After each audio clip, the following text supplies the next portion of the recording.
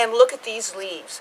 I have just removed these yellowing, ugly leaves from my tall, beautiful flowering alliums or flowering onions. Now, I love these bulbs because they come back year after year in my garden.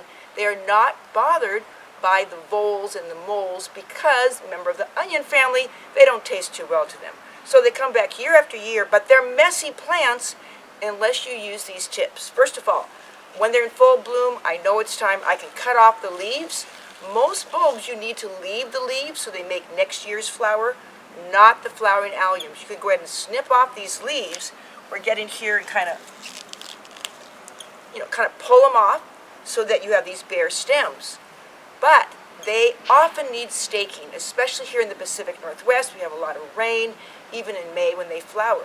These are great, these tall flower stakes. Sometimes I can even get 2 flowers in one. But if you don't have a lot of these, here's your dirt cheap tip. I just use branches. A branch like this, I'll break off this, I'll shorten this. All I'm doing is making a Y-shaped crotch stick. Because it's wooden, they kind of disappear into the landscape. So now this floppy allium, I'll kind of angle it in here. This, and there it goes. I know it's going to lean this direction, so I prop it up from the opposite direction, and now I have my alliums that are well supported.